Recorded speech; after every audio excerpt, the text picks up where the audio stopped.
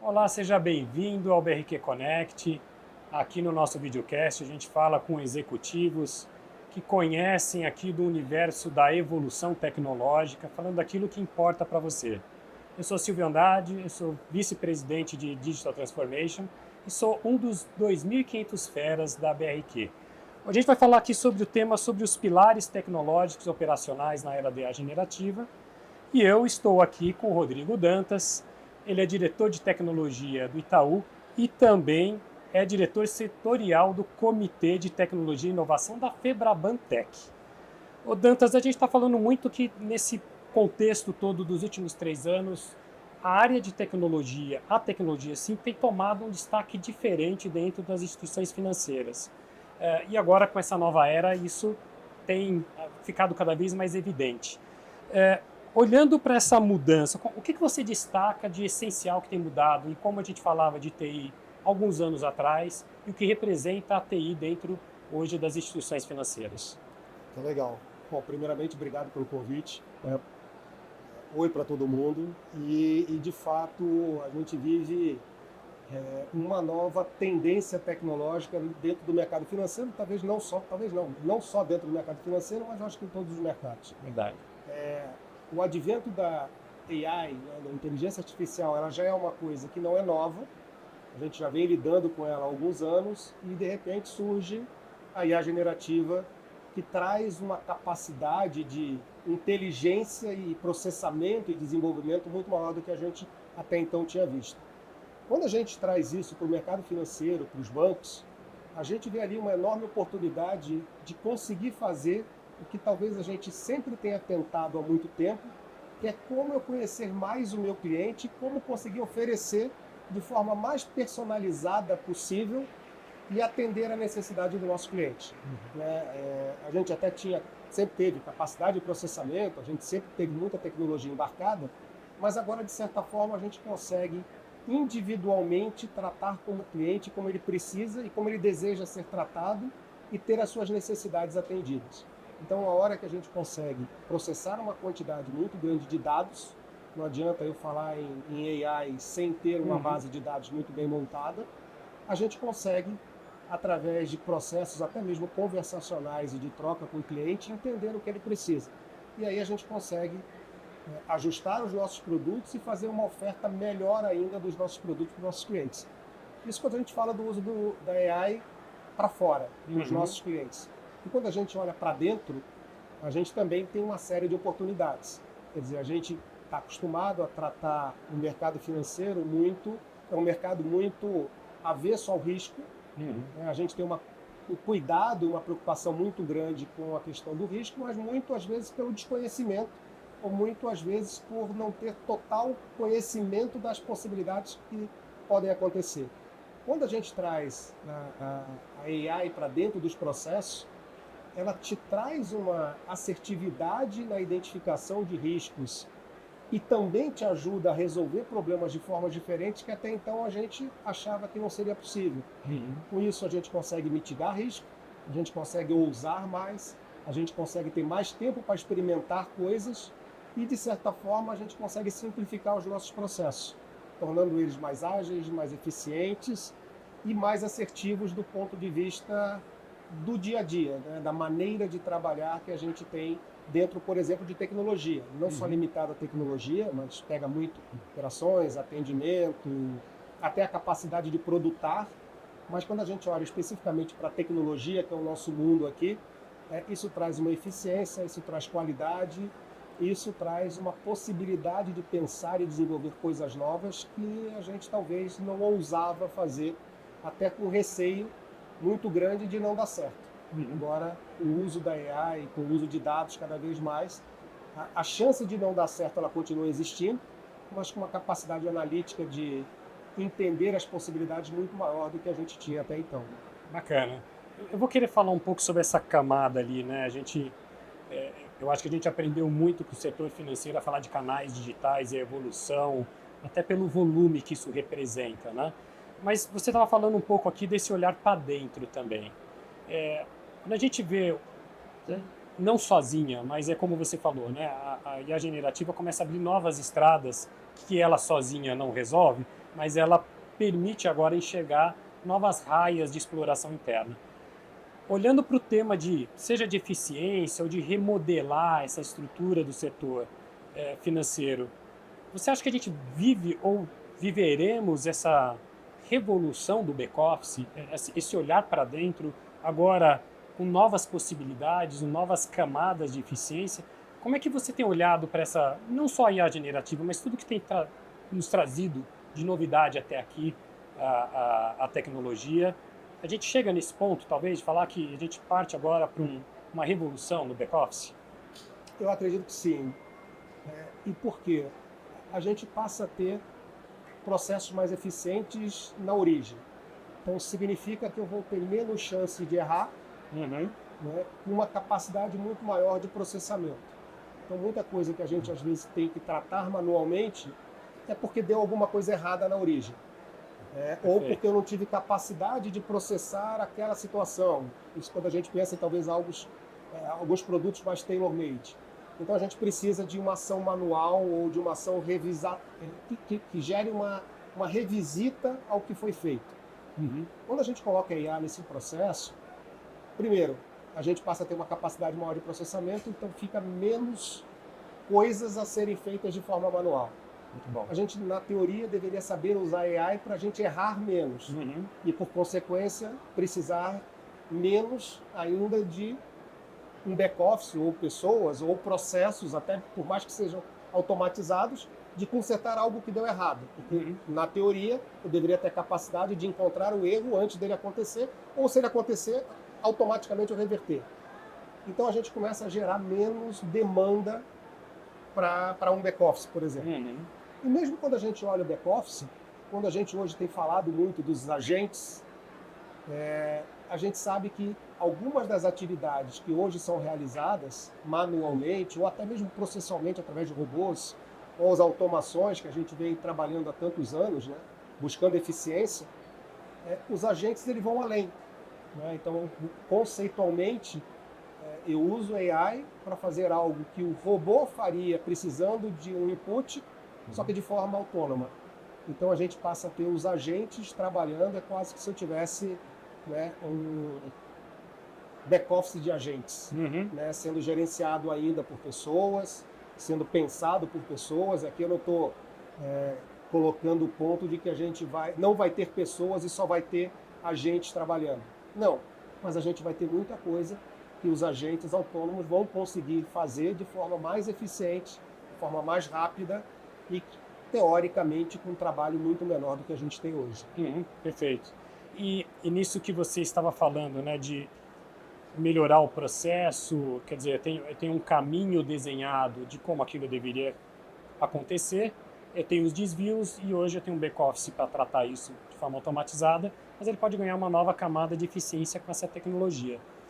Mas na sua fala, para isso acontecer, né, para isso, né, estar ali na sua mente, me remete que a área de tecnologia está entendendo muito dos negócios. Sempre foi assim ou isso é mais recente? É muito forte na sua fala ver a área de tecnologia conhecendo tecnicamente, mas falando com muita naturalidade de produtos, de processos, de relacionamento. Essa é a nova TI? É a TI que fala de negócios, que conhece lá da ponta? Sim, eu diria que é um caminho de duas mãos. Eu acredito muito que hoje é impossível você pensar produto sem pensar tecnologia junto. É verdade. E é impossível pensar tecnologia sem pensar para que ela serve, qual o problema que ela vai resolver ou qual produto ela vai atender. Né? Então, essa discussão do Produtech, né, da junção dessas duas coisas, para mim é uma realidade já instalada. E aí, quando você fala do passado, e não muito longe, se a gente pensar talvez 10 anos atrás, Isso. que é muito pouco tempo, né, de desenvolvimento, a gente tratava a área de tecnologia quase que se fosse uma área de suporte. Né, uma área que recebe demanda e que entrega projeto. E que é boa é aquela que não atrapalha a área de negócios. E que não atrapalha, isso. Né, e entende o que precisa ser feito e entrega certinho. Exato. Né? E hoje é completamente diferente. Hoje a própria metodologia de trabalho, a gente trabalha em comunidades, eu acho que grande parte das empresas, dos bancos, já trabalham em tribos, comunidades, os nomes são diferentes. mas no fundo é produto, tecnologia, operações e outras disciplinas trabalhando em conjunto para poder entregar o que o cliente precisa, ou entregar um processo melhor, ou entregar uma qualidade melhor. Mas o propósito é o mesmo. Então não tem o propósito de tecnologia só olhar a tecnologia, o famoso Tech for Tech. Não tem o cara do produto falar que não entende de tecnologia e pedir uma coisa que é impossível de ser feita, e nem uma área de operações que não entende do produto, que sempre entendeu. A área de operações é uma área muito rica em conhecimento aqui de produtos, e ela acaba interagindo muito em tecnologia, porque ela trata as automações que a gente estava falando aqui. Então, essa tríade aqui, né, produtos, operações e tecnologia, trabalhando em conjunto, elas se misturam no conhecimento. Né? E aqui permeando algo que a gente tem falado muito ultimamente, que é a parte toda de CX, que acaba fazendo também essa junção, porque precisa entender do produto, precisa entender da tecnologia e precisa entender do cliente. Então, a hora que você junta tudo isso da maneira de trabalhar, acaba trazendo uma forma completamente diferente de que operação só resolve problema, tecnologia só entrega projeto, o produto só olha para o mercado, cara, e o cliente está lá, coitado, esperando receber alguma coisa que ele precisa e às vezes a gente não conseguia entregar. Né? Então hoje eu acho que a maneira de trabalhar e a maneira que interage dessas áreas todas, ela se mistura muito e eu acho que não dá para ter um... A gente sim é especialista em tecnologia, a gente sim tem um especialista em produto, a gente sim tem um especialista em CX, especialista em operações, mas é uma especialidade na terceira, na quarta página. Até a segunda página todo mundo tem que saber a matéria por igual, né? Como se fosse um curso de engenharia ou medicina, que todo mundo vai até um pedaço. Depois um vira cardiologista, outro vira alguma coisa, mas tudo bem, mas todo mundo ali, análise clínica, todo mundo sabe fazer, todo mundo sabe ter o diagnóstico das diversas disciplinas que a gente opera aqui. E como é que se instala isso? Qual que é o pilar que garante que, mesmo com as individualidades, as especialidades, na hora de olhar para o cliente, na hora de entender a necessidade do mercado, porque vocês recebem influências de tudo quanto é lado. É a nova tecnologia, é a nova regulação, é um concorrente de fora, é uma mudança econômica, é o cliente que muda e começa a usar tecnologia generativa na sua casa. São várias influências. Como é que vocês conseguem garantir que os projetos, as pessoas estarão com essa base instalada? É por repetição, é cultura, é jeito de fazer? Como é que a gente pode garantir que isso funciona nos grupos e olhando para as empresas do tamanho que são no mercado financeiro, como é que faz isso em escala? Eu acho que tem um pilar muito forte e para mim ele é talvez um que traga uma dificuldade de você atingir a plenitude, que é a questão cultural. Eu acho que a partir do... tenho certeza que a partir do momento que a cultura está instalada, né, e falando aqui de Itaú, quanto a nossa cultura preza por de fato ter o cliente como centro de tudo, a hora que a gente tem isso instalado em cada um dos colaboradores, em cada um dos propósitos que a gente tem das diversas comunidades, das diversas especialidades, fica mais fácil. Porque, de fato, a hora que você recebe uma demanda, você recebe um input, você recebe um paper, uma provocação, a primeira pergunta é, cara, vai ser bom para o cliente? Espetacular. Se vai ser bom para o cliente, cara, vamos entender. Né? Porque depois eu preciso entender se também vai ser bom para o banco. Vai ser bom para o acionista? Mas se você começa perguntando se vai ser bom para o cliente, a partir dali as discussões ficam mais fáceis. Porque se não é bom para o cliente, provavelmente não faz sentido eu colocar esforço ali. Né? Ou para que eu vou colocar esforço ali para alguma coisa que, cara, pelo capricho de tecnologia, Tech for Tech, como existia, ou talvez como existe em alguns lugares ainda, não faz sentido. Então, a cultura, ela permeia, tem que permear todas as áreas, toda a empresa, e ser, de fato, a propulsão das nossas decisões. Facilita muito a tomada de decisão, se eu faço, se eu não faço, se eu continuo com aquele produto, se eu não continuo com aquele produto, se eu invisto naquela tecnologia, se eu não invisto naquela tecnologia.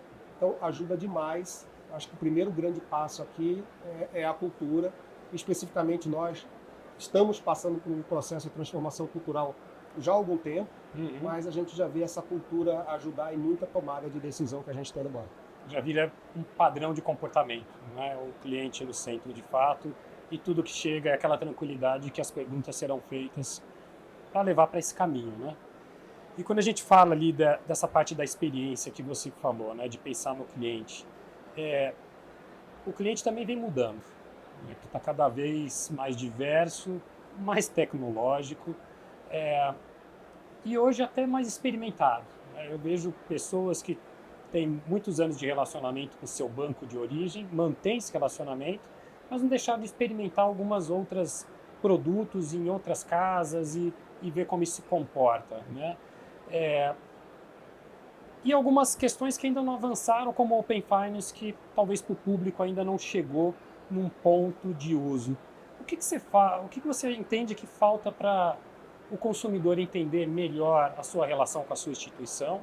Quais são as oportunidades que tem para o setor de ter essa leitura melhor do cliente, do momento dele, e de ter essas informações do Open Finance, ou daquilo que ele entende que entrega para a instituição, que você possa aprender mais sobre ele. Como vocês têm olhado, o cliente está preparado agora para uma onda de personalização focada e ter a sua principalidade com vocês? Eu acredito que sim. Eu acho que o cliente hoje ele está muito mais tecnológico, como você trouxe. E aí cabe a nós tornar a jornada, cada uma dessas jornadas, cada vez mais simples. Então, eu acho que a gente tem aqui uma história de simplificação das jornadas que a gente vem fazendo muito forte. Isso para tornar muito mais acessível a informação. Então, quando a gente fala da própria questão do Open Finance, tem que ser algo simples. Ele tem que entender de forma simples. Não adianta eu querer explicar para ele com a minha terminologia bancária o que é o Open Finance e o que ele vai ter de benefício com isso. Eu preciso de forma simples, transparente, conseguir tocar o cliente dizendo aquilo que realmente a gente quer fazer. Para isso eu preciso de uma jornada simples, para isso eu preciso de transparência. Para isso a gente precisa muito também trazer uma tranquilidade, principalmente de segurança. O que a gente vem acompanhando, não só, e o Open Finance talvez a primeira grande barreira seja a desconfiança do tipo, putz, eu vou dar acesso a outro banco, mas o quanto que eu confio naquele banco, o quanto que eu conheço dele para confiar. Então acho que tem uma parte aqui de comunicação e de ação, porque não adianta eu falar que eu sou seguro e eu não ser seguro. No nosso caso, a gente preza muito pela segurança, então eu preciso garantir e mostrar que existe uma segurança aqui, que está tudo certo, está em boas mãos, a segurança aqui é um dos pilares fortes. A partir daí, ter a jornada que possa facilitar a informação e a troca, e aí eu acho que o GenAI entra ajudando demais, porque você pode passar a ter um canal de comunicação e de troca onde o cliente pode tirar as dúvidas dele de forma rápida. Eu não dependo de entrar numa fila, de esperar alguém olhar, de alguém responder, não, deixa eu vou ver aqui e eu te respondo amanhã. Cara, a GenAI traz respostas em um conversacional imediato.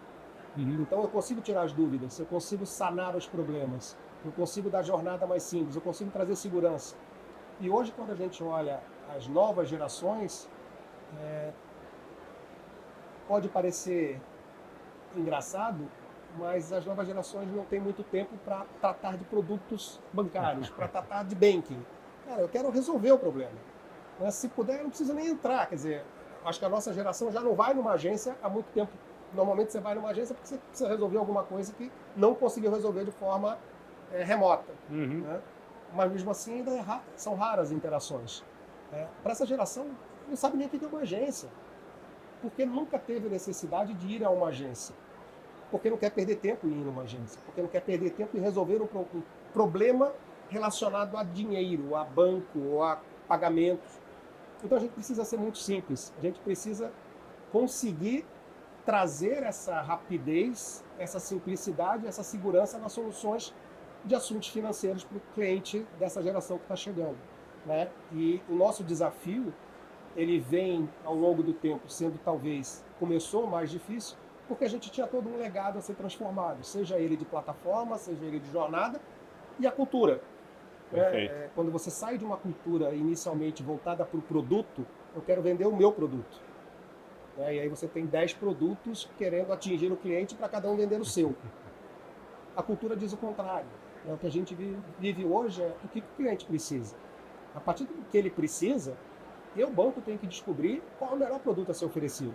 E a partir do momento que isso dá fit a cada interação, aumenta a confiança, aumenta a simplicidade e, naturalmente, a principalidade ela vem quase que naturalmente. Então, assim, quanto mais eu consigo atender as necessidades de forma simples, ágil e segura, cara, a principalidade não tem porquê. Ele pode até experimentar, né?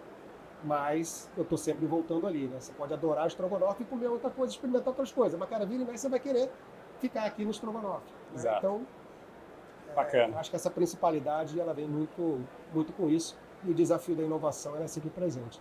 E é interessante você falando dos elementos, né? E a gente, do nosso lado, né, como parceiro de tecnologia de vários clientes, mas a gente vê exatamente essa conquista, né?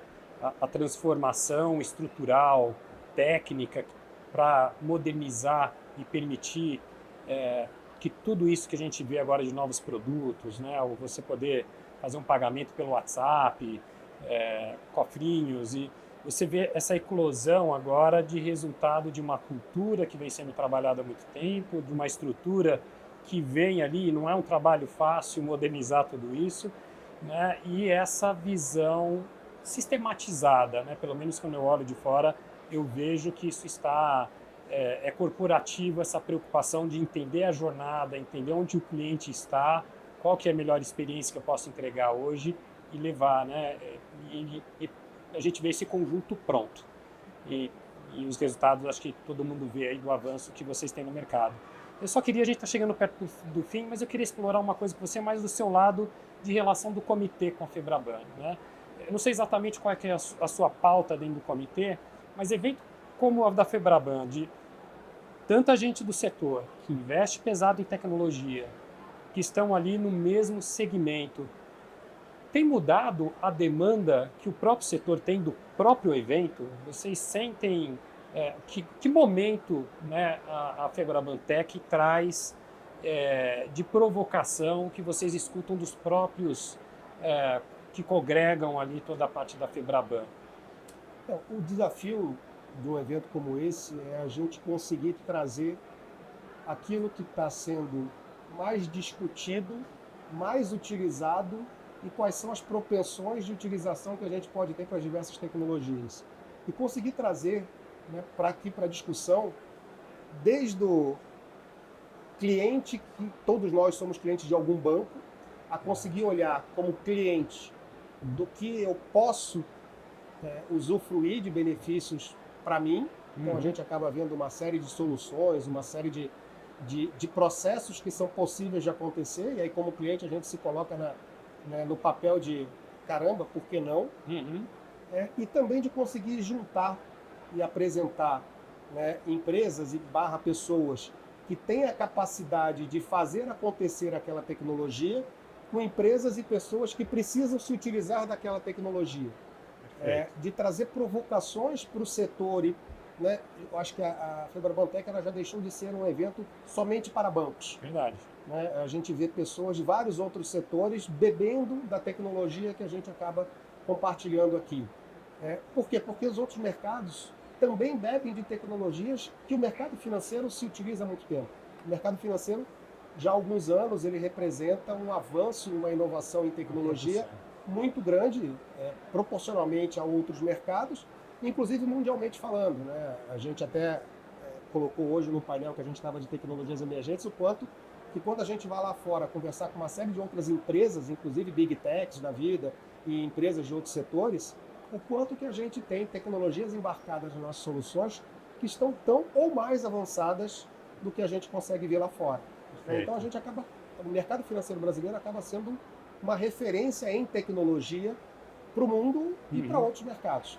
Então um evento como esse aqui, ele permite, né, de novo, que pessoas e empresas que detêm a capacidade de saber aplicar essas tecnologias, demonstrar o quanto são capazes de ajudar vários tipos de negócio, seja de banco, seja de outros mercados, com a utilização dessa tecnologia e a provocação de coisas novas. Quer dizer, o que tem de novidade que todo mundo está investindo ou que uma ou outra empresa está investindo e tem a apresentar ao mercado como solução, de repente, para um problema que você sabe que existe, mas você não conseguiu resolver ainda no teu dia a dia, ou porque não era prioridade, ou porque você não vislumbrou a coisa daquele jeito que foi mostrada, de repente, numa apresentação que você assistiu, numa palestra que você assistiu, numa discussão de tendências, como a gente tem nas discussões dos CIOs, dos CEOs.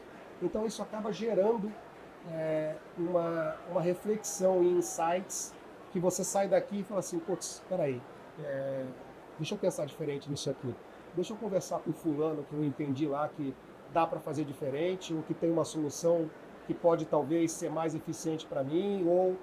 Então, um evento como esse, com a proporção que a gente hoje alcançou, ele permite essas conexões, essa troca entre empresas, pessoas, bancos e outras empresas de outros setores muito grande, né? E o que a gente tem acompanhado é que parece estar no caminho certo, porque ano após ano a gente vê a demanda crescendo por empresas querendo estar aqui com stands e pessoas querendo estar aqui para poder acompanhar o congresso, acompanhar as discussões, acompanhar as palestras, os workshops e por aí vai. Então, acho que a gente tem uma missão muito grande aqui enquanto Febraban de como deixar essa coisa fervendo o ano inteiro, e aqui talvez seja o grande ápice aqui do encontro. E é bacana você falando, porque a sensação, enquanto você estava falando, eu estou imaginando as conexões que a gente vive dentro da Febraban, e é isso, o ecossistema está aqui. É uma provocação que eu tenho aqui, nas laterais, nos caminhares, eu encontro as respostas, eu encontro os parceiros, eu encontro as tecnologias, e para poder fechar. Eu não saio daqui com preciso explorar. Aqui você aprende, aqui você explora, né? Eu estou vendo que isso é orquestrado, né? Não é por acaso, não é sem sentimento de quem vive a Febraban há alguns tempos, mas é de algo que de fato se preocupa ter esse ecossistema pulsando aqui dentro para que as pessoas possam se servir. É isso, né? É isso. Muito bom. Exatamente isso. Gente, agradeço demais a presença aqui do Dantas, foi demais essa conversa. Acompanhe aí com os nossos vídeos. Obrigado, Dantas, por estar aqui com a gente. Obrigado a vocês pelo convite. Vamos que vamos. Até a próxima.